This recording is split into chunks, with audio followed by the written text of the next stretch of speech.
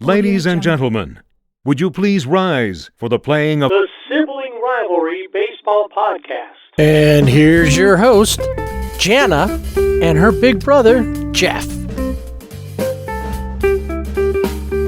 Yes, it's true. We're back after a week off. We're here. We were on assignment. Is that what it was? Can we say we were on a field trip assignment? And hopefully you saw the pictures that were posted on our social media accounts. What is it? Facebook and Instagram? Facebook and Instagram at Sibling Rivalry BB. And then Twitter? Yep, at Sibling Rivalry BB without the A. And then, of course, our I don't think the pictures that we took are posted up on our website yet, but... No, not yet, but they will be. SiblingRivalryBB.com. Yeah, more info about Oscar Huber Memorial Park in Madrid, New Mexico, just in case you were wondering how that was pronounced. It's a quaint little town, and the baseball field's kind of cool when you think about that. It was actually a minor league park. Back in the day, the minor leagues were in all kinds of weird places. Now they're in a little more strategic, depending on their levels, but there's not a lot of, odd. And that's it's a dinky little place. It's got some touristy along the main street, but the rest of it's really not sure why people live there. I don't really know either. It started because there was, coal mining, and that's how the ballpark got started. And that's why people live there. And then but then after that, there's a lot of artists that live there, kind of off the beaten path, I guess. So yeah, it's kind of a cool place. So that's what we were off doing, graduations and baseball field visiting. And had we known that the Blues Festival was going to be going on, we could have figured that into the whole thing as well. Anyway, so we're back. We're going to do like we normally do. We got stuff to talk about around baseball. We'll spin the wheel. We're going to talk about kind of a reversal of fortune since our last episode. Things have really changed, and we'll get to that. But first, it's time to find out where the regionals are and who's playing where in the NCAA baseball playoffs on the road to the College World Series. So this last week we had all the tournaments going on for all the different conferences. I watched a little of the Pac-12 conference, a crazy game between UCLA and Oregon State. It ended up 25-22 was the final score. I think I even texted you and said, we got spring football going on at the Pac-12 tournament in Scottsdale. ACC, SEC, all the tournaments were going on to set this up, the Division I Baseball Championship. Yeah, we're getting close to the road to Omaha. Just as a primer of Division I baseball, in the tournament, if you're not familiar, there are 31 automatic bids that come through conference championships. So if you won your conference, you get an automatic bid. And then there are 33 at-large entrants. So the first round of play is known as the regional, and it is a double elimination format. Each of the 16 number one seeds host its respective 4-team regional when possible, because sometimes the field isn't quite what the NCAA wants. But most of the time, it's going to be the host. They're going to be the host. Number one faces number 4. Number 2 faces number 3. And then the winners of those 2 games then play each other, and the losers play an elimination game. Then it goes from regionals to super regionals. So the winner of each regional advances to the super regional, and that includes 16 teams, and it's a best of 3 format. And then the winners of the super regionals, there's 8 teams in all, go to Omaha. And Omaha is a double elimination format until the final 2 teams, which then that is a best of 3 series. All right. So, So clear as mud. Clear as mud. So the regionals start tomorrow, June 3rd. And like I said, the top 16 teams host. Generally, they host. And as you said, occasionally somebody will play at a different park because their park just isn't up to speed for their field's not up to speed to host a regional per NCAA. They've got guidelines, I'm sure. So the top 16 teams to finish off the season, pretty easy to figure out who number one was if you've been paying attention. Tennessee, they've been on top of it, and they're going to host their regional there in Knoxville. They take on Alabama State in their first round. Stanford was number 2, Oregon State at number 3. So 2 Pac-12 teams right there. Virginia Tech at number 4. Texas A&M in at number 5, Miami at number 6, Oklahoma State at number 7, East Carolina at number 8, the preseason number 1, and at one time completely out of the top teams, Texas ends up at number 9, North Carolina at 10, Southern Miss at 11, Louisville at 12, Florida in at 13, Auburn at 14, Maryland at 15, and Georgia Southern is the 16th rated team. So those are the 16 teams that all are hosting. And when you look at it, there's quite a few SEC teams, Tennessee, Florida, Auburn. Pac-12 wise, it was just Oregon and Stanford. So they each get to be, those are the number 1 seeds in each of their regions. And then as you explained, the regionals will play over the weekend, double elimination. And then the super regionals will take place between the 10th and the 12th, or the 11th through the 13th. And then the College World Series fires up on June 17th. That as well is a double elimination. And we'll get all the pairings once we get to that point as to who's left over. Yeah, and if you like to fill out brackets, there's a bracket for each regional. So you can paper your refrigerator with all of them and fill them out just like March Madness, because we always had a bracket on our refrigerator growing up, and I always remember Dad would always write in the teams, but sometimes he'd let me, and I'd always think, oh, that's so cool, I get to write the team in today. So if you're into brackets, there's quite a few of them. Very true. Some notables along the way here. Vandy will be playing in Oregon State's region. UCLA will be playing in Auburn. Those are number 2 teams. And then like LSU doesn't have to go far. Another team that made it in, Army West Point. So the cadets at West Point will be playing this year. Grand Canyon, a number 3 seed in the Oklahoma State region. Santa Barbara, who we saw kind of come on towards the end there and make it into the top 25. They're number 3 seed. They're playing in Stanford's bracket. So not a long road for them. Kind of the northern tip of Southern California up to Northern California, to the southern tip of Northern California. Also, you mentioned Army. The Air Force Academy is also in the mix. In the Austin, they'll be playing in Austin in that regional. And this is their first appearance since 1969. Wow. And, yeah, I see that. Yes. They're playing Texas to start it off. They're in the same Louisiana Tech and Dallas Baptist are in their region. And I think there's 2 teams. I know Hofstra has never been in the Division I tournament for baseball. And I think Coppin State also are the 2.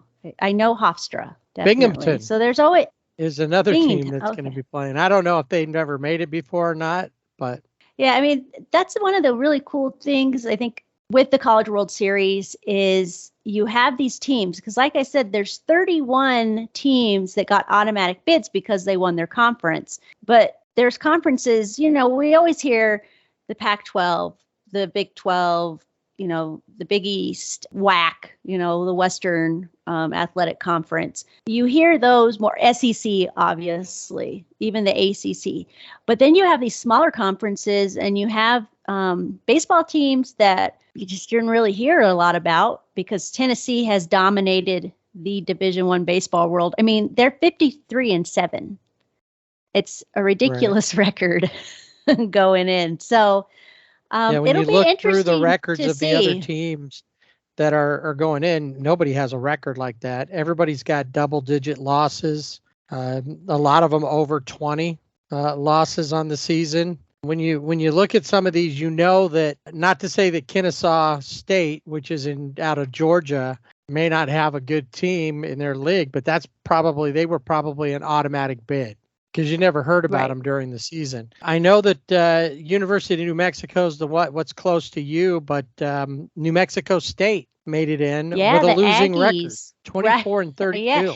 And it's funny because the University of New Mexico, the Lobos, they had a better record than NMSU, but sometimes they're in the rebuilding process, I guess, down at UNM. So it's kind of interesting to see New Mexico State in there, but who knows? You never know. They could be a Cinderella team. Another one I was looking at is Michigan, or Central Michigan. Sorry, Central Michigan. They're in the Gainesville Regional, which is hosted by Florida, and they're 42-17. And I'm like, they might be a team to watch, but another team that we just didn't hear about when we were, looking at the standings. Now, we did hear a little bit, and I'm sorry I'm sketchy on the details, but you brought up Michigan. Michigan had a pitcher who was tossed from a game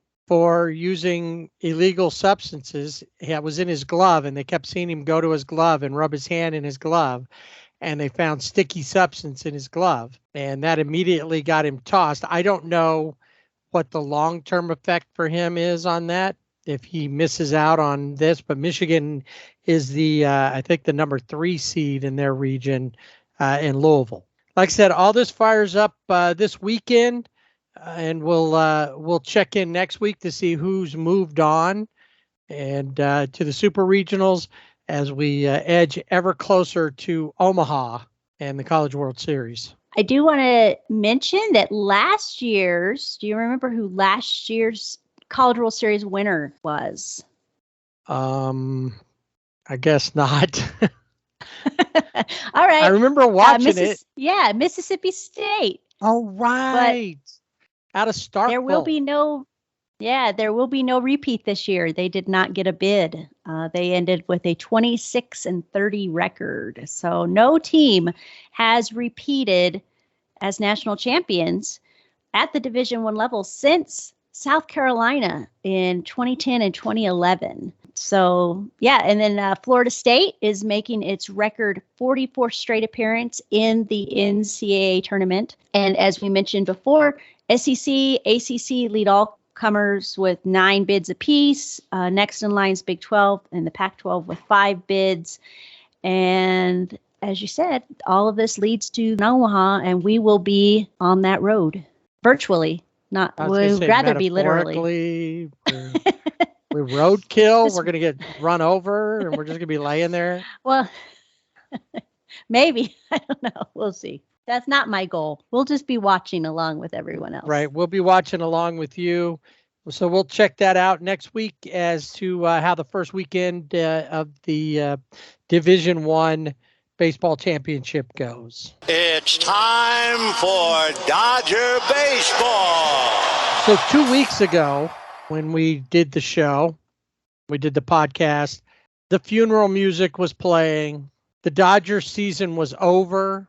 The state of Pennsylvania owned the Dodgers. Luckily, they didn't make any bets or anything like, hey, we'll change the name of Dodger Stadium to the Philly Pirates house. Do like they do at the Rams game. Whose house? The Phillies house. Luckily.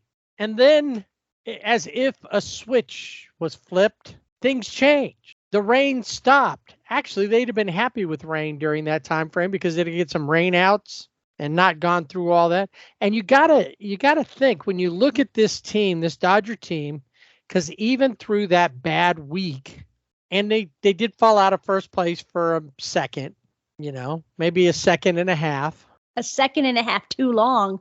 Right. But when you look at it, here's a team that it feels like half of the team isn't doing anything, that there's struggles going on. We know we'll talk more about Max Muncy in a couple minutes, but Max Muncy's having a hard time. He leads everybody in on-base percentage because he's walking a lot, but he can't hit. Yeah, I mean, he has a 150 batting average. Right, it's like of qualifiers, he's got the lowest in the league, but his on-base percentage is better than everybody else's because he's walking all the time. When you look at it and you think of all the issues, Cody Bellinger has had his moments, but he's still not the Cody that everybody's expected since his MVP season. The things that we weren't seeing during that time, we're starting to see Mookie pick it up. Freddie Freeman has pretty much been mostly the only one that's been truly consistent. Once he started up, he's been pretty consistent. Yeah, he has an off game here or there, but if he has one bad day, the next day he makes up for it, or the next two he makes up for it. Justin Turner seems like he's finally coming around. But through all these struggles and pitching struggles, they've still kept themselves in a position. And as of Sunday, they were one game better than the Yankees. So right now, the two best teams in baseball are the two most legendary teams in baseball, the Dodgers and the Yankees. Now, I looked at the 2 weeks that we missed just to get a view, see what was happening. Sure. After they got done with the Phillies, the D-backs came in for 4 games. There was a doubleheader in there. They swept the Diamondbacks. And then they played the Phillies again. And this time in Philadelphia, they played better, 2-1 in that series. They took that series. They went down to Washington. They should have swept that, but they ended up taking 2 of the 3 there. And then they went to Phoenix and swept the D-backs again. Yeah. I mean, I think Freddie Freeman said once you win 3, you want to win the 4th one. So get kind of greedy. And Dodger fans I'm okay with that. Be feel greedy like when it comes to those things. Yeah. I feel like, last time we had the dirges playing the funeral music, and now we need like the trumpet flourishes, dun da da da.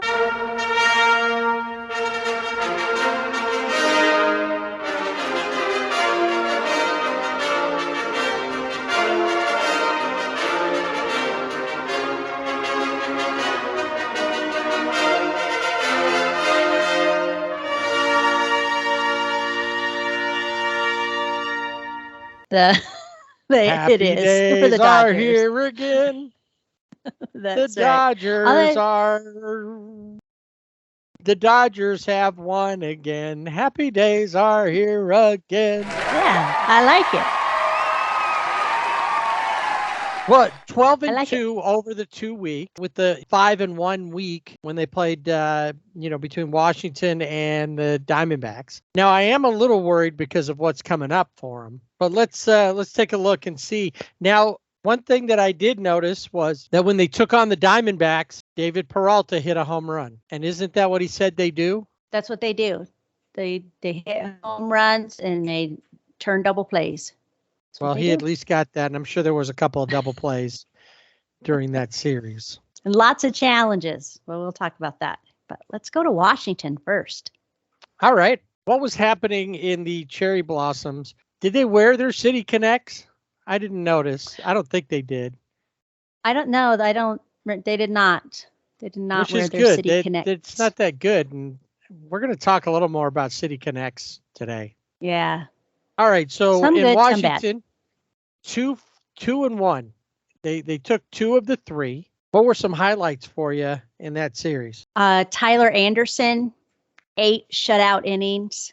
I mean, when you think of the Dodgers and you're thinking of their pitching staff, what are the names that come to mind? Obviously, we know Clayton Kershaw is on the IL right now, but you think of Walker Buehler, you're thinking of Julio Urias.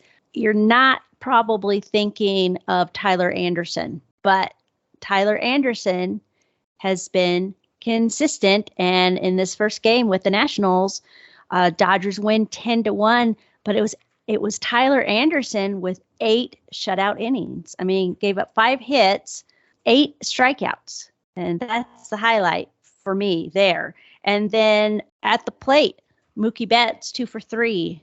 Freddie Freeman, 3 for 5. Gavin Lux, 2 for 3. And then you had others coming in and help, Trey, 1 for 4. Will Smith, Cody Bellinger was 1 for 4. So it all worked together for, just a runaway 10-1 game. And then we look at the next night. Mookie Betts was supposed to have the night off, but he did not, which was good for the Dodgers because the Dodgers ended up winning that game 9-4. Oh, I'm going to get the night off. Oops, I'm not getting the night off. I hit 2 home runs. That's what Mookie Betts says. Why not? 4 RBIs, 3 for 4 in that game. Trey Turner coming back to play in Washington for the first time since he had been traded. Who is the pitcher? Josiah Gray. Who is catching? Keibor Ruiz. Those are the 2 guys that were traded from the Dodgers so that the Dodgers could get Turner and Scherzer. Unfortunately for Josiah Gray, he did not have a good outing. He gave up 3 home runs in that game, but great for the Dodgers. Again, like I said, Betts had a home run. Trey had a home run. Chris Taylor had a home run. Walker Buehler, we got to talk about Walker. He went 6 innings, gave up 6 hits, 2 runs, 2 walks, only 3 strikeouts. So they call him butane, but I'm wondering if the tank is empty. I've noticed that there haven't been, even collectively, there's not been a lot of strikeouts this season compared to in the past. And there's a lot of people going hungry. Yeah. Because they're not getting the jumbo jacks. You need those jumbo jacks, definitely. Yeah. So, I'm not sure what's up with Walker. I mean, he was a Cy Young, in the running for Cy Young last season. And he just is struggling. And I don't know if it's a mechanical thing. It doesn't seem like it is, but right. Is it is there like a mental thing? I don't know. I'm hopefully Mark Pryor will maybe kind of pinpoint that, figure that out. Yeah, because he just is not the Buehler we're used to. The next game, the game that the Dodgers lost, not a lot to report at the plate. They were shut out, but Julio Urias was on the mound. He pitched well, 6 innings, gave up 4 hits, only 1 run, but again, 3 walks, 3 strikeouts. So got to work on those, the strikeouts. Again, you only get 3, and there was no run support, obviously, for Julio. So, shut out for the Dodgers. And I think this was the Nats. The Nationals had not defeated LA since Game 5 of the National League Division Series in 2019. I know that sounds like a crazy stat, but it's true. And they did it with the 1-0 win. And I'm sure the Dodgers were happy to be out of DC after that game. Yeah, those are the things, though, that make you wonder what's happening with them. Do they need something else? That's, we don't know. Pitching wise, one night somebody's on, like you said, Tyler Anderson, surprise, 8 innings pitched there. I mean, the week before he threw 7 innings and struck out 7. Against the D-backs, he had a pretty decent outing. Julio, one game, it just seemed like it was a bullpen game. Yeah. There was that. It just, when you look at it, Tony Gonsolin didn't look too bad in his outings over this last couple of weeks. Yeah, well, and I was going to say, I'll bring Tony up in here, and we're talking about Arizona. But, like I said, when you talk about and you think about Dodger pitching, you're thinking of Urias, you're thinking of Buehler, obviously Kershaw. But the 2 guys that are really stepping up And they were the ones that were piggybacking off of each other to begin the season, Tony Gonsolin and Tyler Anderson. And now the Dodgers need them to be starters. And Tony Gonsolin's 5-0. I mean, he's got the best record on the team, on the pitching staff. So it's great. I love seeing it. I've always been a big Gonsolin fan since he, made his debut. And Emma Tyler Anderson, I like that little hitch, that little step he's got. Tyler Andy in control. That's right. The other thing too is we talked in you look at that one game. It was only 1-0, but the games previous, the Dodgers scored 10 runs and they scored 9 runs, and then the third game they can't do anything. And it's like, okay, that's when you say, at least something. Why didn't you save something? You got it all out there. Well, to make up for it, they get to Arizona, and whatever happened in Washington, their first night in Arizona, they put the world on notice that was a fluke, that they didn't score any runs the night before. Because they must have been saving it for this first game in Arizona, probably too, because the last time they faced Arizona in Arizona, it was like a comedy of errors and just was bad. This time they come in and they're swinging, and it is 14-1. Mookie Betts 3 for 5. Freddie Freeman, who got heckled the whole night by some guy who was like, "You're a sellout.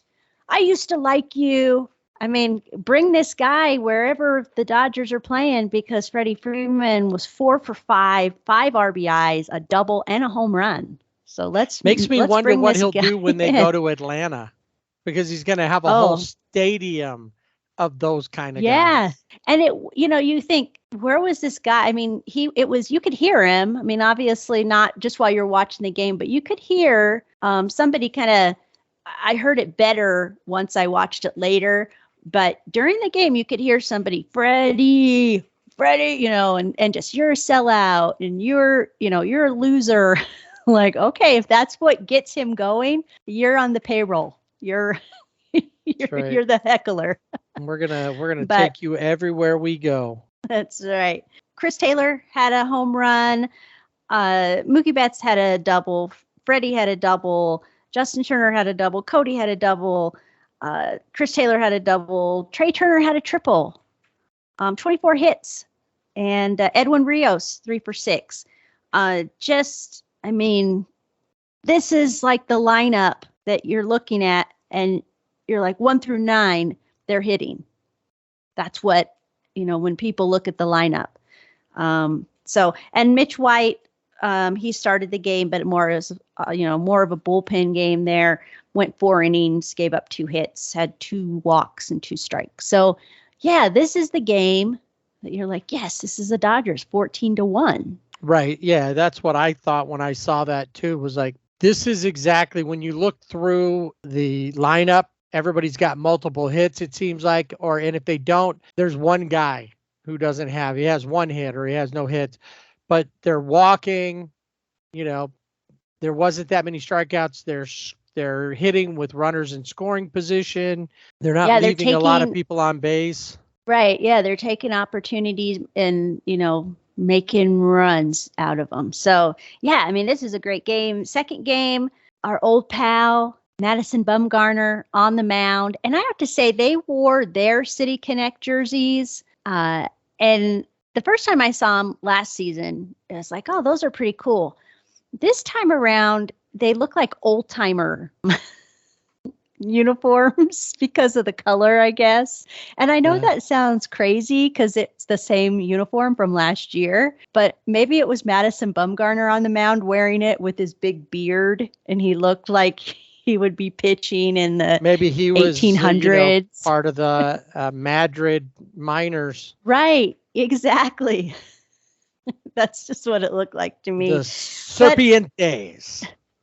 That's right. But the Dodgers got the best of their old pal, Bumgarner, won the game 6-4. He gave up 3 home runs. 3 home runs. Madison Bumgarner, 6 innings, 7 hits, 5 runs, 2 walks, 3 strikeouts, 3 home runs to Mookie Betts. Trey Turner and Edwin Rios were all part of that hit parade against Mad Bum. It's too bad that Will Smith didn't hit his home run from Sunday against Bumgarner. Yes. It's too bad because Will Smith's home run went in the pool. And we know how Bumgarner is about people hitting his pitches into water. Right. It's very upsetting to him. But would Will Smith say to him, go get it out of the pool? I don't think that he would. He doesn't seem like the type. Doesn't have the same mojo that Max has, or Max had. Max has been kind of, you can kind of see it in his face that there's something going on there and he's not right in a baseball sense. Yeah, definitely. I would agree with that. And so great game. Second game. In this game, they had another bullpen game. Ryan Pepio's back, brought him back from Oklahoma City, 4 1/3 innings, gave up a run, did have 5 strikeouts and 3 walks. And then after that, Craig Kimbrell came in the game because he's the closer. And we need to talk about Kimbrell, because how are we feeling about this closer? Now, he came in, they did win, but he came in, he gave up 2 hits and 2 runs and walked a guy, no strikeouts. And I think the problem with Kimbrell is, one, the Dodgers are winning, 14-1, 10-1. They're winning in these games 9-4, where you wouldn't necessarily bring in Craig Kimbrell as the closer. And so he's had these long stretches of not pitching. And I'm wondering, is that having an effect on him as he's coming in? Because he is not lights out, as we've seen before with him. He is getting guys walking at least one, and that can spell disaster. You walk one, you open up the door. Right. And maybe part of it is because if you don't get a lot of work down there, you can get a little rusty because you don't pitch that much anyway. The other thing would be that if he is pitching, it's not a high leverage situation. We're getting him in there to get some work, but there's not really any sense of urgency to it. And closers typically they need that extra pressure on them. Yeah, they feed into it. So, and they're getting him into games, but like you said, they're games that aren't really where he needs to save the game, I guess. It's just to close out the game. It's just to close it out and just to give him some work to keep him from getting rusty. Right. But the problem is that it shouldn't matter. It shouldn't.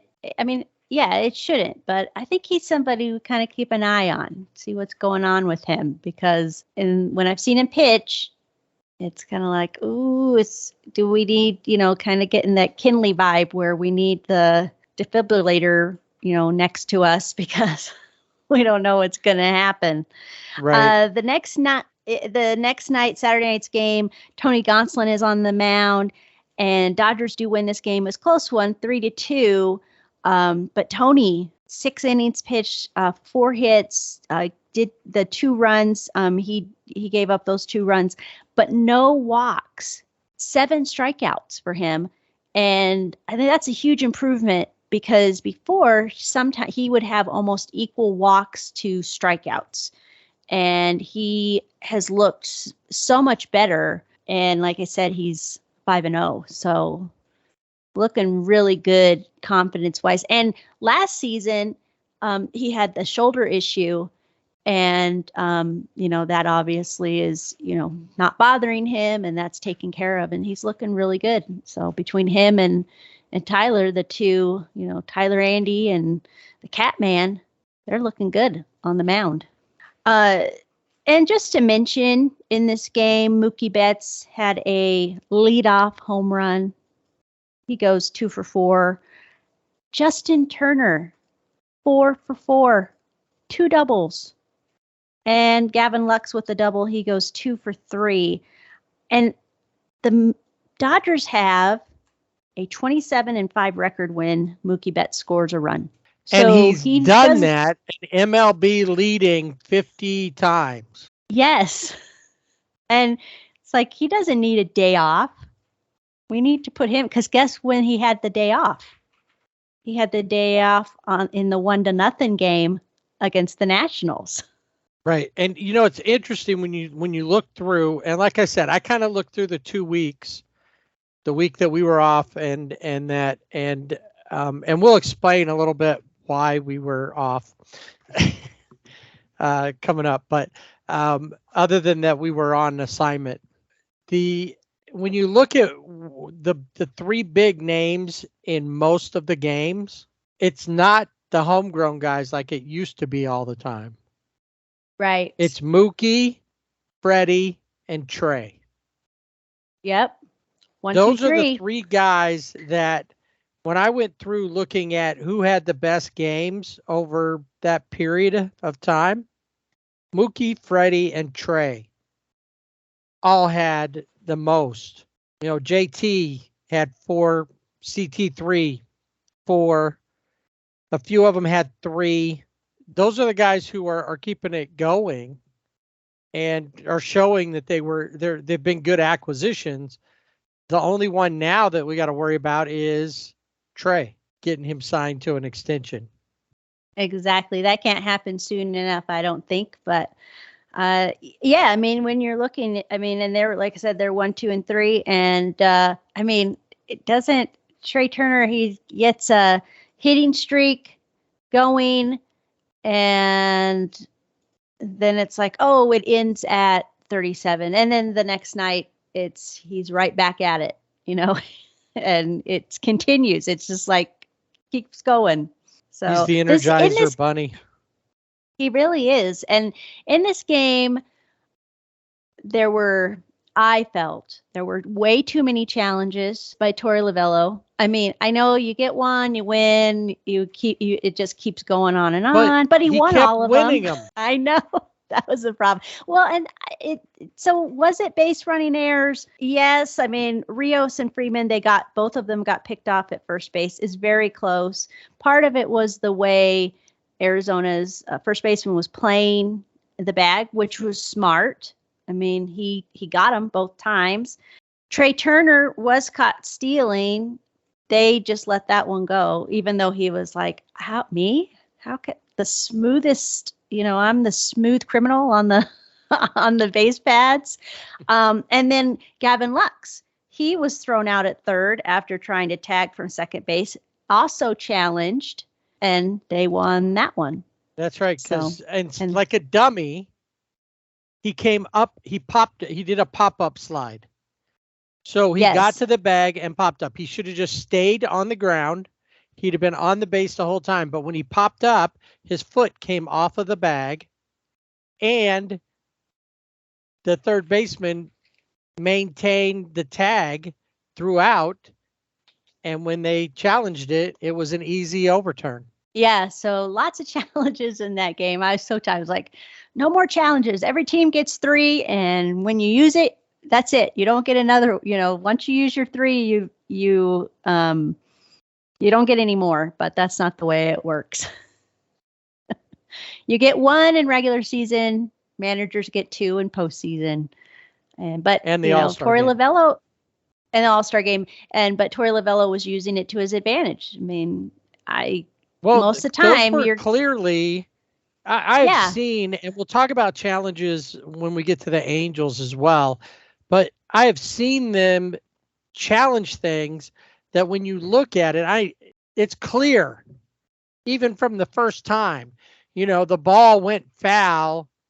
Yeah, it was close to the pole, but it went foul, and you're challenging that. You've just lost your challenge. It was clearly on the other side of the pole. It didn't go past it and over.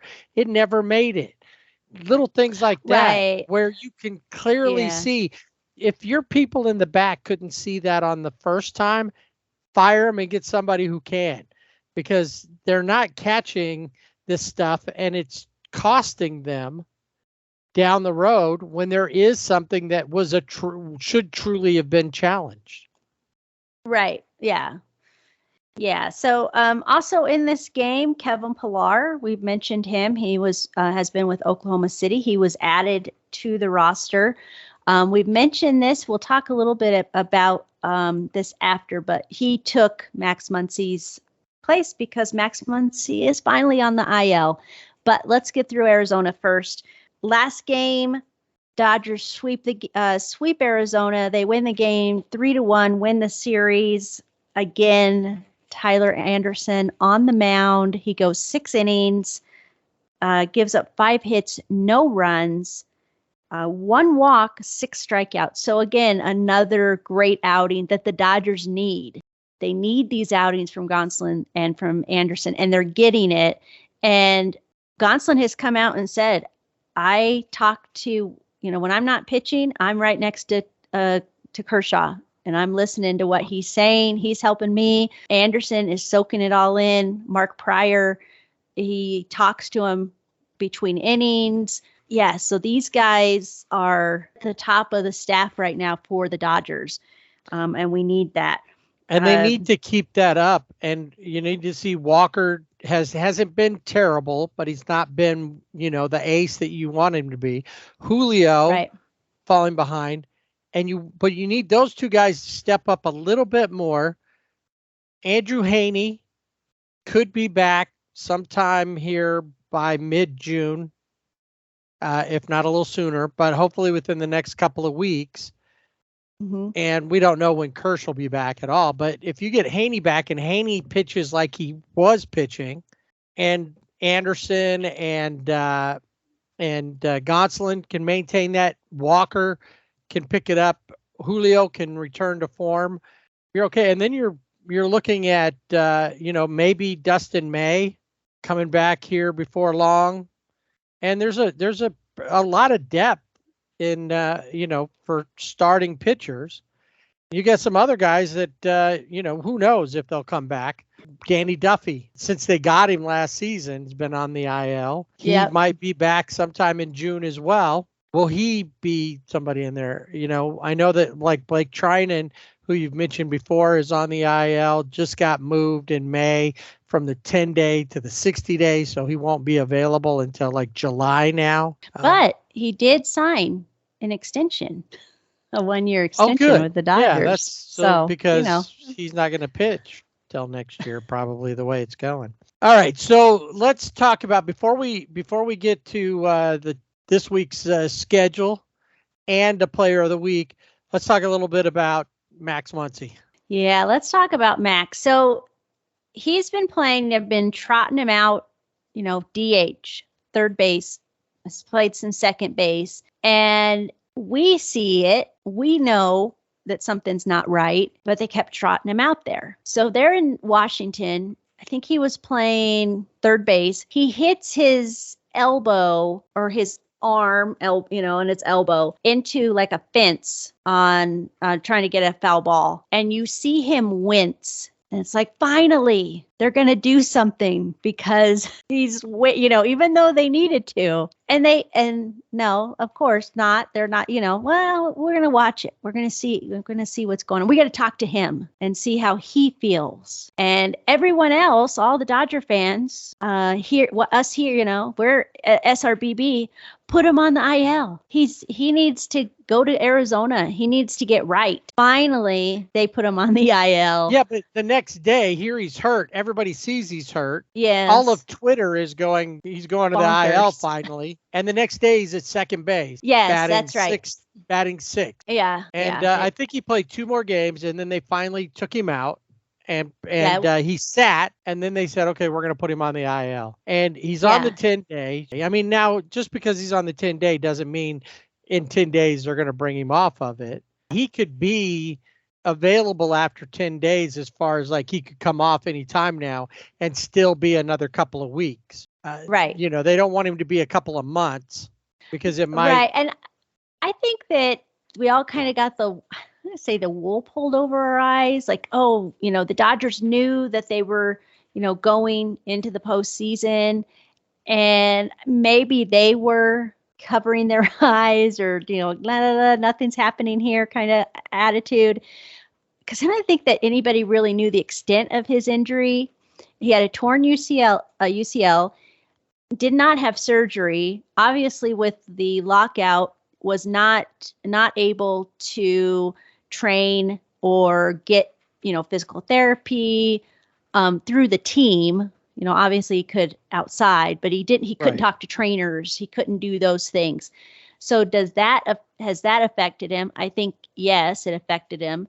And we've seen him through this first part of the season, and he didn't look good. And not only is it elbow, but mentally also, like you said, there's something that's not right with Max. He's got a mojo about him that we love, but it's not there.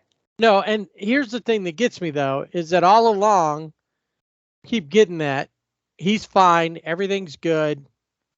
And then once they put him on the IL, Dave Roberts says his elbow's been bothering him all season. Yeah. Really?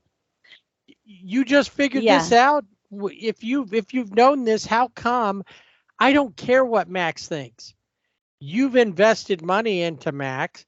Yes, he wants to be out there. He's a competitor. You want that side of it. He's still got a good eye. He's getting on base, but you need more than a 150 batting average and leading the league in walks. Yeah, definitely. I don't know. He's got like 3 home runs or something like that on the season. I haven't looked, but it's low for him. Yeah, it's really low. The last couple seasons he's had 35. How come this wasn't something that they did a while back? I think the Dodgers have, they shot themselves in the foot on this one by not making a point to say, look, you really need to get this looked at, or it needs to be rehabbed further. Well, at spring training, we know it was abbreviated, but even in spring training, he said it's 85%. His elbow was 85%. So at no point, I don't think that he should have ever been on the opening day roster or lineup, at least. He shouldn't have been in there. If it's 85%, you don't want to put somebody in there that's 85% when they should be 100%. He needed wasn't that even extended. 85%. No, I think that was an exaggeration also. No, it was. He wasn't even 85%. That was wishful thinking. Yeah. So, well, luckily he's out now. Kevin Pillar is in, and hopefully we'll see, him fully contribute. Well, he made a really great play in Sunday's game. He was in the lineup. Defensively, he made a great play in left field, which he's known for.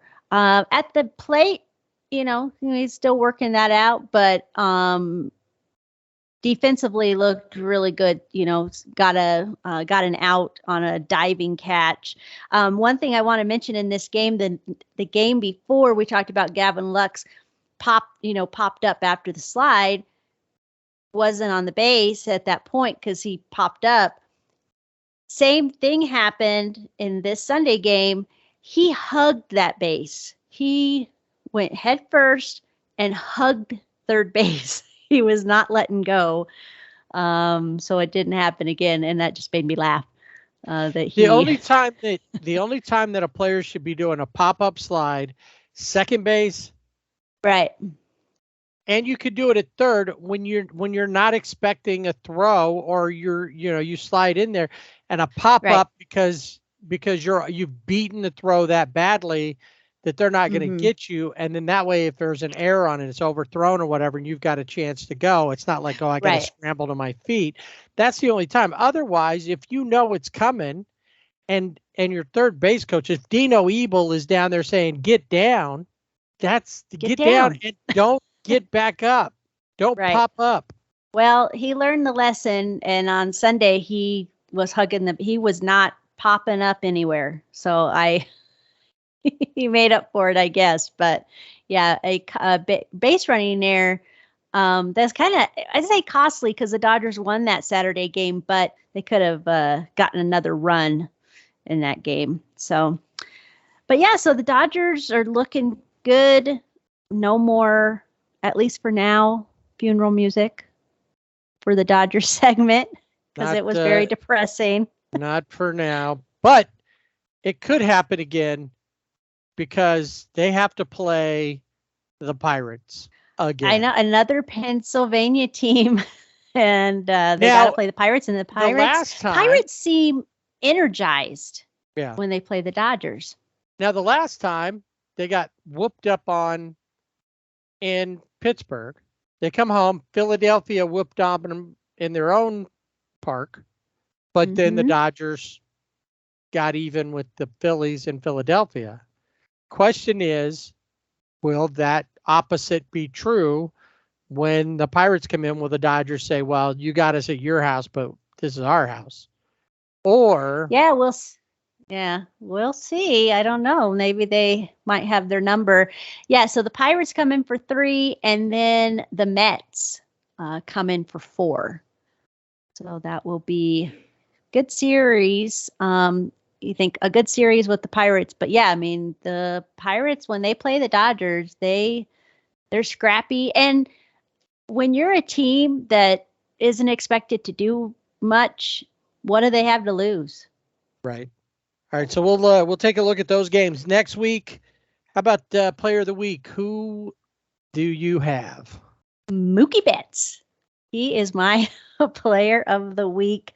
11 for 25, 440 batting average, 8 RBIs, 4 home runs, 2 doubles. I don't know how many runs he scored, a gazillion.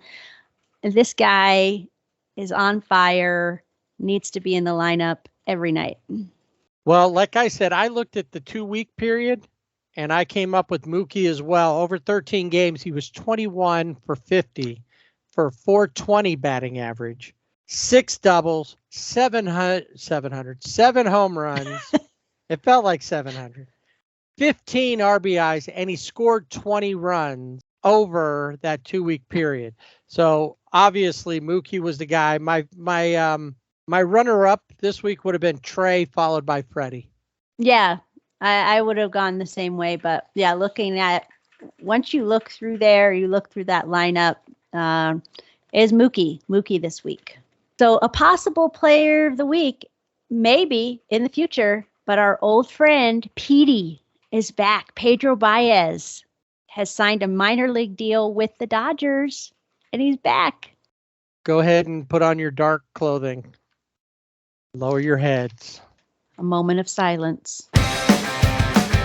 So when we were talking about the Dodgers, now the Dodgers had the same team. And like I said, I'm talking about 2 weeks worth. The Dodgers had the same team on the front end and the back end, and they swept the Diamondbacks all 7 of those games. The Angels were swept by the team on the front end of the 2 weeks, as well as the team on the back end of the 2 weeks. Now, the sweep on in the last series versus the Blue Jays could have very well not been that way. The Angels did come back, take a lead, and we'll get to what's going on with the Angels in a second. Honestly, I didn't go back. Normally I go game by game. I did go game by game to see who was doing what so I could look at my Player of the Week. But for the most part, cue mortuary music now. Reversal of Fortune. Jeremy Irons, who was the lead actor in that movie, must have taken over running the Angels, and they changed from being 10 games over 500. We have to say that as of Sunday, they're only 5 games over, so they're still in second place. But the problem is that you got to keep up with the Asterisks, because the Asterisks are building enough of a lead that if they do have a bad stretch, it's going to still be tough to overtake them. We got to talk about this one. The first game out, they're playing Texas, in Texas. Thor is on the mound, and you just expect it's going to be a decent game. Maybe they win, maybe they don't, but you expect he's going to be decent. 2/3 of an inning, he gave up 4 runs on 8 hits, and he was out. They just couldn't get anything going. They weren't able, and the problem right now with the Angels is over their 2-week period, they were 3-9. This last week they were 1-5. And the Rangers, basically, they had the Rangers. I think we talked about it. It was Oakland, then it was the Rangers, then it was Oakland, then it was the Rangers, then it was Toronto. And the Rangers pretty much owned them. The Rangers they're in third place right now because they've been on a winning streak. They're starting to look like the team that we thought maybe they would be. The second time around with the Rangers, it was an ex-Angel who had their number in Cole Calhoun. Corey Seager had decent. Their pitching is starting to pick up. And if the Angels don't watch it, they're going to end up on the outside looking in because they're just not. And their starting pitching's been okay, not great. It's been the relief team, the bullpen, fall apart. Aaron Loop. There was a moment the Angels were behind versus the Blue Jays. They take the lead, and Aaron Loop, who's been giving up runs like it's some sort of a free promotion, come down, get a coupon for a free run, and all of a sudden, Joe Madden is taking a page out of the Dave Roberts playbook, going, I got to get him out there again, redemption. And what does Aaron Loop do? Gives up the lead. But it's not just him. Ryan Tepera can't throw strikes. Raisel Iglesias, 2 blown saves. There's not a lot happening. Mike Myers DFA'd. They finally just said, we've had enough. I mean, they've made some changes, but they're not playing very well. 3 of 9 over this 2-week period. They're looking after all of that good stuff that happened, a 5-1 week, a 4-2 week before that. It's falling apart right now. They're still over 500. They're in second place. They have a winning record, 27-22 as of the weekend. But bad outing by Syndergaard. However, the next time he pitched, 8 innings pitched, gave up 1 run, struck out 5, said he had lost his hammer, but he had found it again, and it looked like it. Plus, he's got a movie coming out this summer. Yes, Thor Looks like in it's Love. more of a comedy than it is a superhero movie. Thor in Love. It might be. I don't know. Yeah. Well, also in that first game where, Thor comes back and pitches those 8 innings, you also, you have Mike Trout 2 for 4, Jared Walsh 2 for 4, Matt Duffy 2 for 4, Brandon Marsh 3 for 4, Max Stassi 2 for 4. So it's like that's what you need in the lineup. And then you go to the next game and you're like, what happened to Trout? What happened to Ohtani? What happened, what happened to Captain Caveman? What's going on here? Well, because they're not going consistently like they were the week before, where everybody was Right. doing that. When I went through, Anthony Rendon, who's been an issue, had a couple of good games over this couple of week span. Captain Caveman had 2 or 3 decent games. If it was just Taylor Ward ran into a wall, had some shoulder issues, and if it hadn't been that before that they were already not winning, I would say that maybe played a part in it. But he was out. Sure. He came back. He had a couple of decent games when he came back out, but it's been a lot of the pitching. And then another issue is, I was kind of excited about this because I was thinking this might be a good deal. Juan Lagares, who was with the team last year, didn't get picked up this year, was signed because they need some extra outfielders. Taylor Ward's gone. Joe Adell, and I'll bring him up when we talk around baseball, not ready to come back, it doesn't seem. Max Stassi comes back off of the IL. Chad Wallach, who started off pretty well, faded out, so they sent him back. Kurt Suzuki, who had a scary moment during the Toronto series, out during warm-ups. Michael Lorenzen is pitching. throws one, it bounces, a bouncer bounces in and up, hits Suzuki in the neck.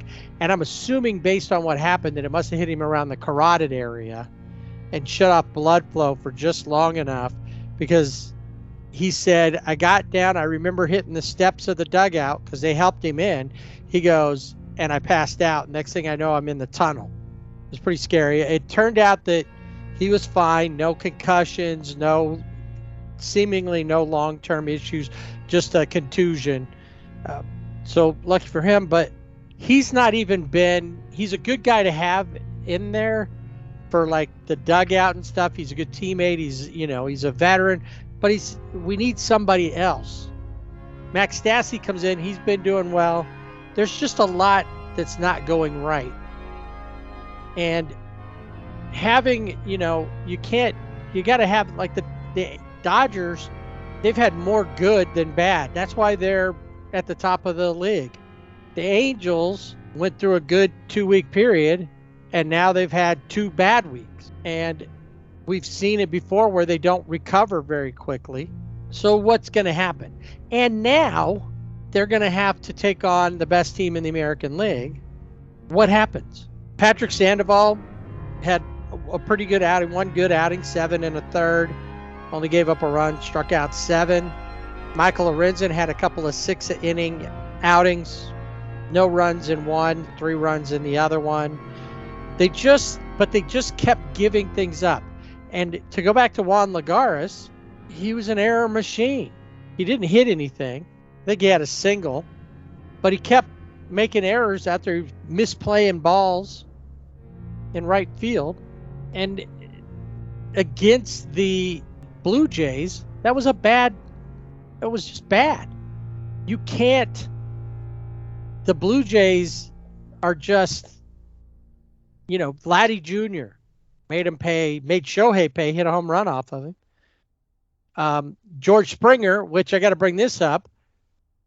George Springer came up, and it was in the mid-innings, and people were chanting at him just as loudly as they did at Altuve when the Asterix were in town. Cheater, cheater, cheater, cheater, and booing him. They did him more than Bregman. And, of course, he hit a home run during that series. Of course, right? Well, So, I would say during this series with the Blue Jays, like you said, they just gave things up. I mean, the first game was 6-3, but every game after was close. A 6-5, 11-10. right, they would come back 4-3 later in the game. So the Blue Jays scored early in every game. In fact, I don't remember about Sunday, but the first run, they got their first run in the first inning of every game. Yeah. And then the Angels, as you can hear by that, especially that 11-10 game, they took the lead. Then they lost the lead. Then they took it back. And then they lost it, and then they couldn't ever get it back again. And it wasn't necessarily the offense. It was the pitching. Couldn't hold them down. And that was just the end of it for them. 3-9 week. Can they overcome it? We've seen what they're capable of. Their lineup offensively, they can run with anybody. When they're on it, not too many teams are better. Yeah, I mean, but when you look at this series, in the 11-10 game, Mike Trout 0 for 5. Right. And this is something that happened with Mike Trout, is that in 2 of the games, back-to-back games, for the first time since 2017, he didn't get on base in 2 games, in back-to-back games, consecutive games, since 2017. But yeah, that's crazy. The other games, they weren't stopping him. I mean, he had a good, week, a good 2 weeks, but when only one player, that's kind of what happened last season. He wasn't there. Jared Walsh did what he could last year to help, but Shohei shouldered a lot of that load. Shohei has his moments where it seems like he's about to break out on something and then doesn't. Same thing for, Rendon looked like he was on his way, but now That's not going to happen anytime soon. We have seen Squid, Andrew Velasquez has picked it up a little bit. Tyler Wade got his very first home run of the season over these series. Shohei has 11 home runs on the season. So he's not doing anything. It's just not consistent. Mike Trout's got 13 home runs. Matt Duffy had a few games since he's been back off that and had a couple of games that he helped out. They're like we've talked about with the Dodgers. You've got a lot of big bats. You got guys that you didn't expect to do well. Luis Rengifo has been hitting very well and been playing really well. Right now, he and Andrew Velasquez are kind of going to make it hard for Fletcher to come back. Yeah, I was thinking the same thing. I was thinking about Fletcher, and when he does come back, what's his role going to be? Because there's not a place for him right now. They always say you can't lose your job to injury, but when these guys are playing so well and you weren't when you got injured, I don't see how you can go around it. Anyway, it was a tough couple of weeks. Can they overcome it? Yeah, we know they can. We've seen what they're able to do. I think a lot of whatever happens versus the Yankees, who they have next in the Bronx. And then, see, here's where somebody did good scheduling. They leave the Bronx and they go to Philadelphia. It's a quick train ride. What happens while they're there on the East Coast can really make a difference in, where we go from here. We're at about, we made it through the first 2 months of the season. So we're a third of the way through. They come home. They've got Boston. Who knows what's going on with Boston? They got some great players too, but they're falling apart and they have pitching issues also. Yeah. So there's a lot to consider, but the pitching, we got to get the bullpen right. That's the biggest problem. And that was the thing that everybody was so excited about. But the starters have done pretty well. And when you look at it, Silseth in his 2 games have pitched pretty well. He pitched 6 innings. Ohtani did 6 innings in a good game, 7 Ks, 2 runs. The next game versus Toronto, 6 innings, gave up 5 runs. Lorenzen, 6 inning, 2 6-inning, Sandoval, 7 innings. Syndergaard with 8 after that disaster. So we're seeing Reed Detmers, I think he had like a 4-inning game. But we need to see those guys continue to throw those 5 6-inning games. And then we need to see the bullpen get over whatever the problem is. Yeah, because that bullpen has done, pretty well. And they've just kind of imploded for whatever reason, is going on there. So, yeah, we'll see. So before we get to our player of the week for the Angels, couple of things kind of funny. Number one, their City Connect jerseys have been exposed, and they're kind of funny. They're not really. I don't know. It seems like they're the company softball team. The hats are terrible. Yeah, I don't know where they connect to. If they're supposed to connect, they just have like a funky font, and then this like a diamond with the number in the middle of it. If they'd have done the Disney font, that would connect them to Anaheim and all that. But we don't have any idea what. Maybe somebody can explain it to us. And we'll talk about another one that came out when we get to Around Baseball that looked a lot better. And actually you could tell what the connection was. Yes. Yeah. But this one, and they took a picture standing on the beach. How far are they from the beach? 10 miles. Okay. I mean, they're close. I'll give them Orange that. County, but that still doesn't. The only cool thing about that picture is that Syndergaard was the only one that's barefoot on the beach. Right. Yeah, that was good. Lorenzen's out there. He's got his Vans on. Mm-hmm. And then Trout and Jared Walsh. We'll find it. We'll post it up on our on Twitter and at Sibling Rivalry BB without the A, Facebook and Instagram at Sibling Rivalry BB with the A, and we'll put that up there so you can see the picture of their stuff. Now, before we get to the funniest thing that I've seen happen in baseball in a while, we were talking about challenges and how Torey Lovullo had a bunch of them. They all worked. Joe Madden this season has challenged 14 times. Any idea how many times he's been successful with his challenges? I'm going to say 0. No, he's a little better than that, but you're on the right track. 3 times out of 14. And and when I was mentioning about the other night, there was a ball, it went foul. It was clearly foul, and they challenged it. They lost the challenge. No more challenges. Now, I don't remember that there was anything else that mattered in that game where they should, but if I really went back and rewatched it, there might have been, and they didn't have any. You know, it's like, what good was that when then you put Aaron Loop back in when you know Aaron Loop is having problems? You put Ryan Tepera in, and Tepera can't hit the strike zone. All right, finally, during the Toronto series, Shohei's pitching and comes over on a ball hit by Raimel Tapia, who's a speedster. Remember him? He used to play for Colorado. Shohei scoops it up, runs over, and instead of going to the base, just gets between Tapia and the base.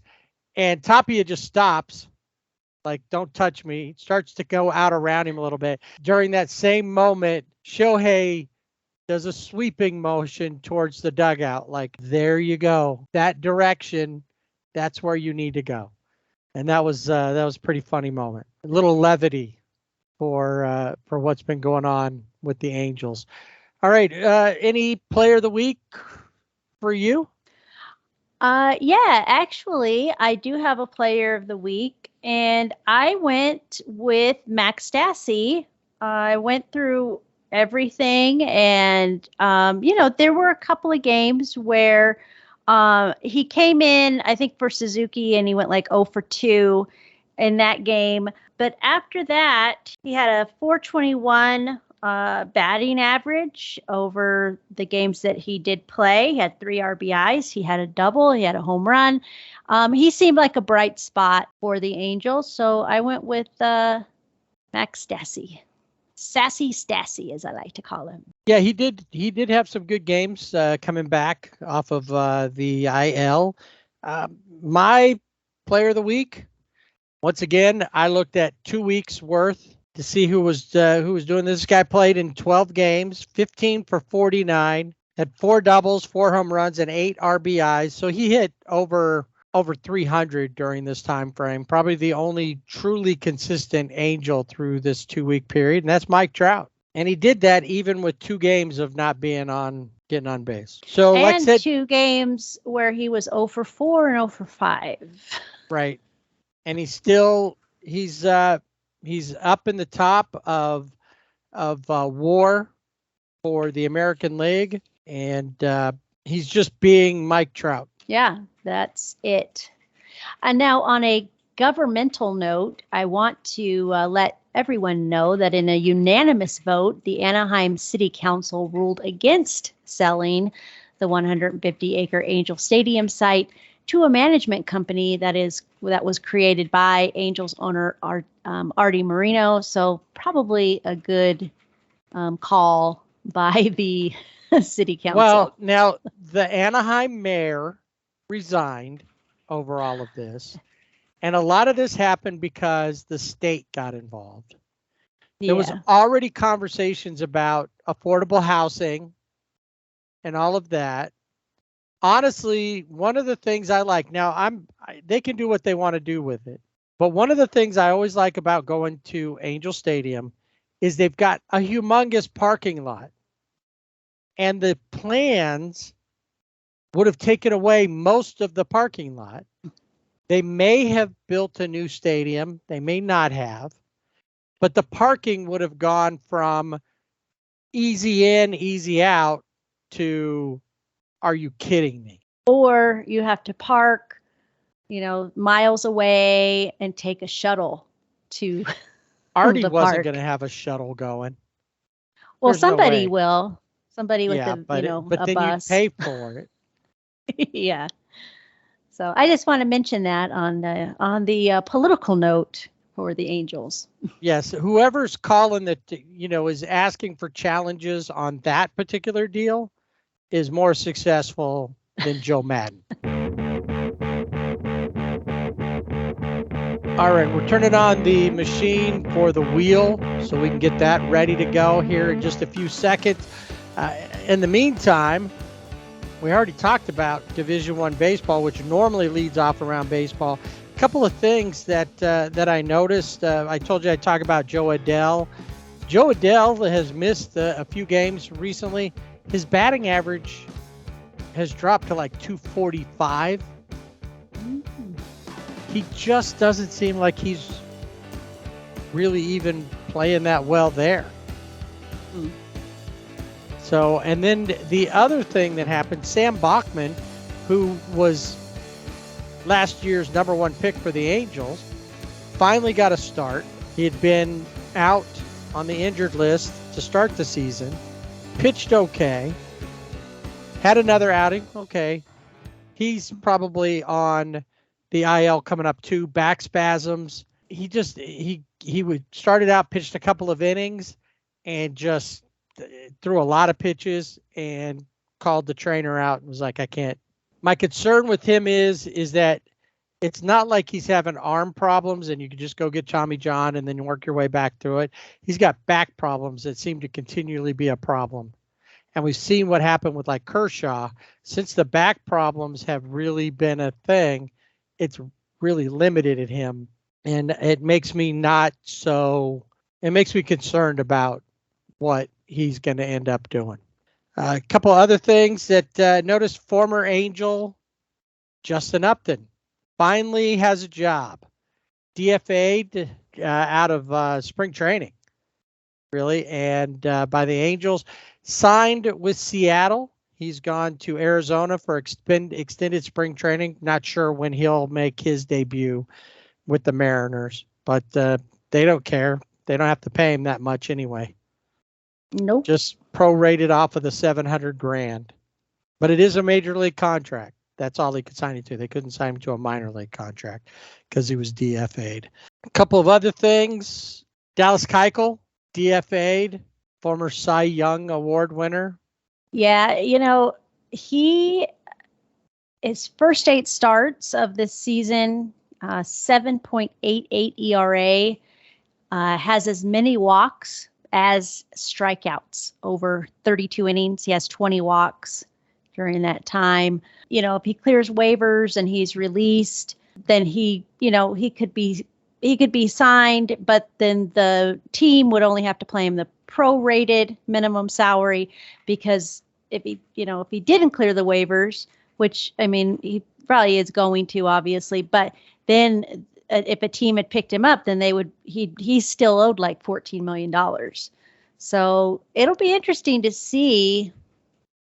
I'm sure he'll end up somewhere, I'm thinking, because you think it's Dallas Keuchel, but will he?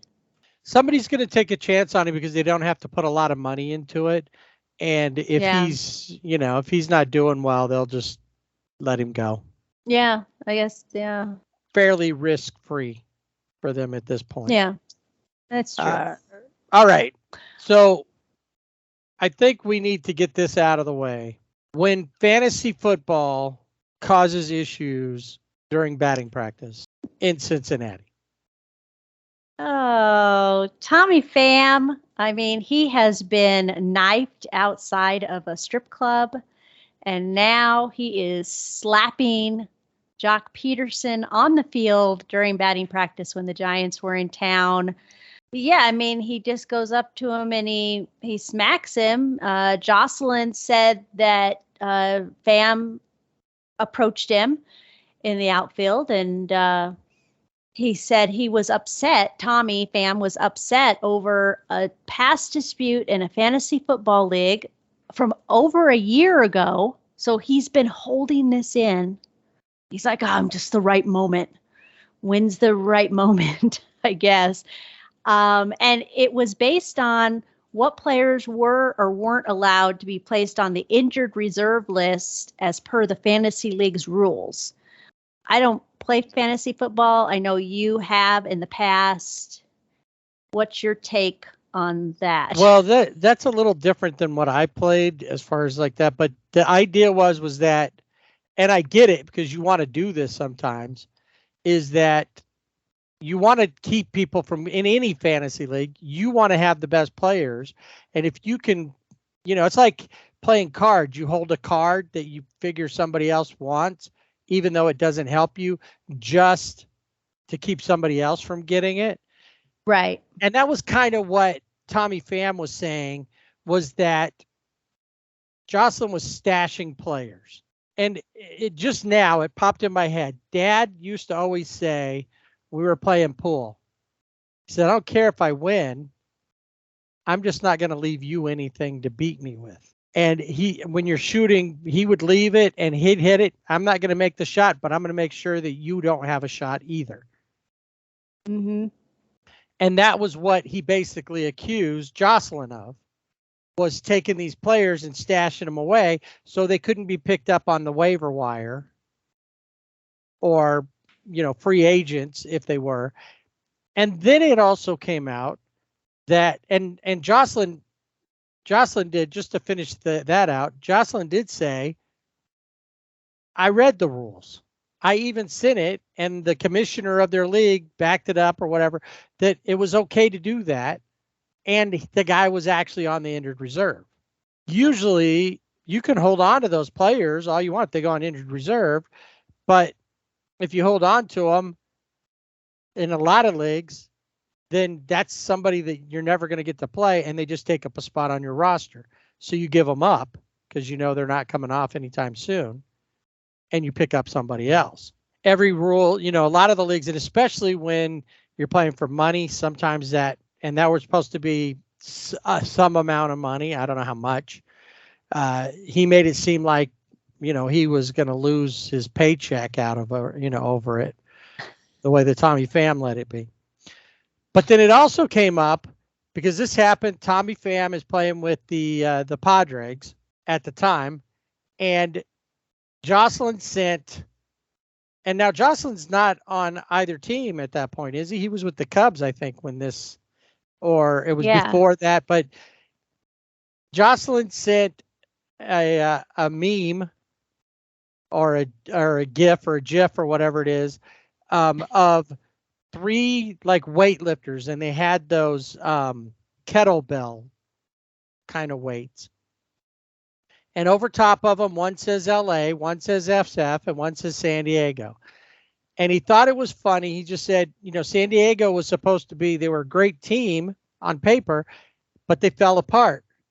And in this animated, meme, in this GIF, the 3 weightlifters throw that kettlebell up, and it's supposed to go back behind them. Well, the other 2 throw it up, and San Francisco and LA, their weightlifters go behind them, and it's the one that had SD over top of it. It fell down on the head of the weightlifter, and they're like collapsed to the ground, to which Tommy Pham found offensive. Right. It was disrespectful.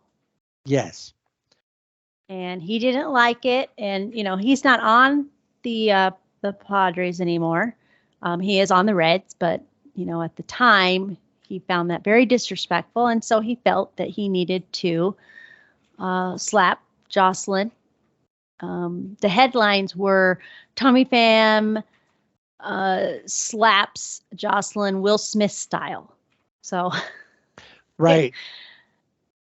That was it.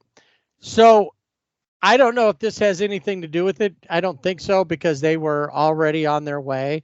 But Cincinnati is no longer the worst team. They're in double-digit wins at 16-31. They're only 3 games behind, actually like 2.5 games behind the Chicago Cubs. And in their division, they're only 14 and a half games out behind Milwaukee, whereas Washington has a better record by a couple of games, is 15 games behind the Mets. So could things turn around for the Reds? Yeah, and could it be because of the slap? Could that got him fire fired them up? Tommy Pham got them fired up and ready to go.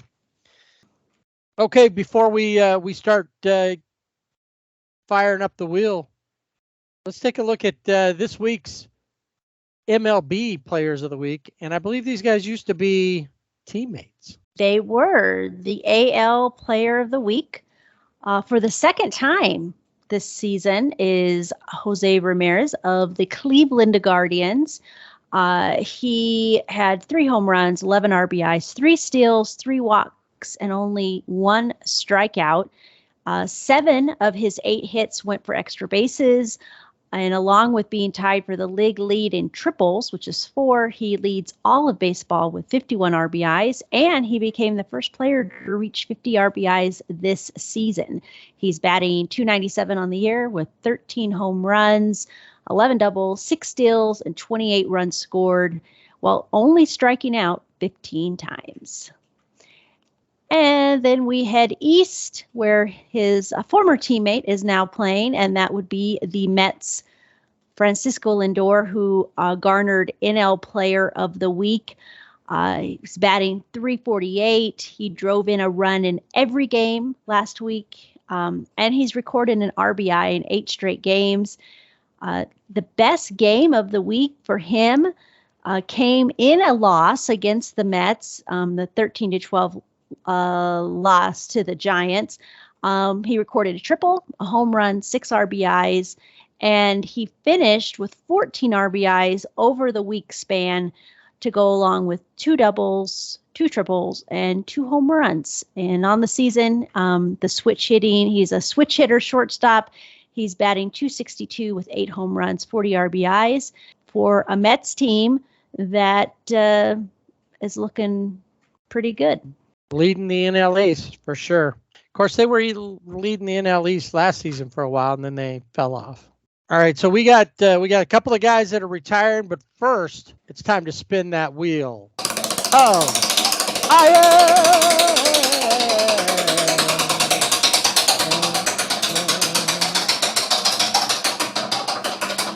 Now this guy has been on the IL since April, but I want to mention him again. It's Eddie Rosario of the Braves. When he was at the plate, you're like, man, what has happened to Eddie Rosario? Well, he underwent surgery to correct blurred vision. He thought that he needed, contacts. He needed a prescription change, but instead, he had a swollen right eye and blurred vision. Still not sure exactly what is causing this. He's expected to be out 8 to 12 weeks, and he still has not regained full vision in his right eye. So some scary stuff for Eddie Rosario. So wish him good health as he's, battling with that eye surgery, and you got to be able to see to hit the ball. So, yes, I wanted to mention that because we mentioned him before, but not the extent of what was going on with him. Seiya Suzuki of the Cubs is on the IL with a finger injury. His teammate Wade Miley has joined him with a left shoulder strain. And then we go to the south side. Tim Anderson has a groin injury, so he is out. And we'll see how that affects the White Sox because it seems like Tim Anderson's always on base somewhere. And then also Joe Kelly started on the IL, back on the IL with a strained left hamstring. Head down to Houston where you have Jose Altuve. Oh, go ahead. Before you go there, the Dodgers are supposed to match up with the White Sox. And unfortunately, Mariachi Joe will not be available to pitch against his former team. Would he wear the mariachi jacket on the mound? Could he? No, I don't think that's allowed, but it would be pretty cool. What if he wore it, if he was available? He wore it out of the bullpen and then took it off. I wonder if you could do that. That would be like wrestlers. They wear the robes or they wear something. and Yeah, that would be cool. wrestlers, Yeah. Well, we might have to wait for that obviously. another time. Well, Yeah. I think they play each other again in the interleague this year. I'm not sure. I'll have to look at that because sometimes you only play certain teams once. Right. Yeah, so if we go down to Houston, Jose Altuve and Kyle Tucker, two of your favorite asterisks, they are listed day to day. Altuve had concussion symptoms, and Tucker has a sore left foot. So we'll see, will they continue to be day to day, or will they eventually be put on the 10-day IL? Zach Greinke has a right flexor strain. We mentioned Anthony Rendon, he had the hip surgery last season. Now he has wrist inflammation. So he's on the 10-day IL. Cody Bellinger, if you've been watching Dodger games, you might not have seen Cody in center. He is day to day with a left adductor strain. That is, layman's terms, a hip strain. Brandon Woodruff of the Brewers is on the 15-day IL with a high ankle sprain. Luis Perdomo, also of the Brewers, is on the IL with a right elbow effusion. Had to look that one up. What is an effusion? Fluid buildup. So he has fluid buildup in his right elbow.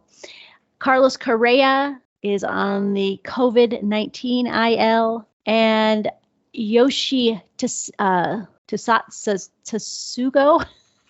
has a lumbar muscle strain. So when the Pirates are playing the Dodgers, he will be on the bench. Brandon Belt, who's been on the IL, has a knee sprain.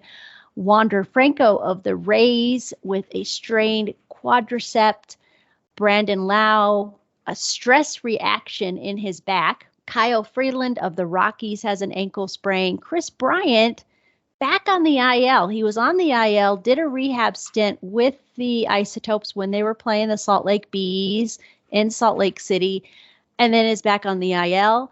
And then Austin Meadows of the Tigers. The Austins in baseball seem to be doing really well, but he has vertigo symptoms. I think that's a first for the Wheel of IL. He did attempt to return to play, but he experienced vertigo symptoms during a game, so he's back on the IL. And I saved this one for last because I know how much you love this. Max Scherzer is out 6 to 8 weeks with an oblique injury. Oblique, on my side. All right, you want to follow up and spin the little wheel of retirement? Sure. The Wheel of Retirement has J.A. Happ and Joe Panic are both on that wheel.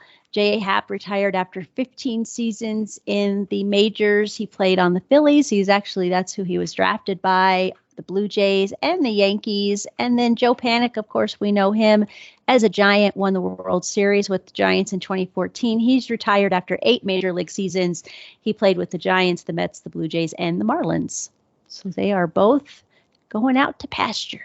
And then one last retirement, one of our favorite relief pitchers of all time, even though he was a catcher, Russell Martin, has announced he hasn't played since 2019, but he just finally realized he's not going to play again and announced his retirement after time with the Dodgers and the Blue Jays and the Yankees. And I was hoping that he didn't retire, and if we put him on the wheel of retirement, this little wheel, that maybe he could come back and be in the bullpen. He could always pull a Tom Brady. He could. That's true. Why not? I mean, one of the best relievers for the Dodgers. He will retire with a 0.00 ERA. And that'll do it for this week's Sibling Rivalry Baseball podcast. Thanks for hanging out with us. Just so you know, part of the reason why things didn't work out last week is that for the last couple of years during COVID, I was a COVID unemployed, and now I have a job. And then the other thing is when we normally record the show, we both were going to the movies. Now mine, I'll talk a little bit more next week about, but I went to see Facing Nolan about Nolan Ryan. And Jana, I guess kind of, you could say that you went to see a similar movie because Nolan Ryan was a Top Gun. He was kind of a maverick from Texas, and he did stuff that nobody else did. So while I was doing things that were show related, she went to go see Top Gun. Of course, I went and saw it this last weekend as well. So anyway. Well, I had to, it's one of those things. I had to go, got advance tickets. One of the reasons why Planet had joined the Air Force was because of Top Gun back in 1986. And he was geeking out. Not as much as the guy who announced to everyone, I'm sitting in seat F-14.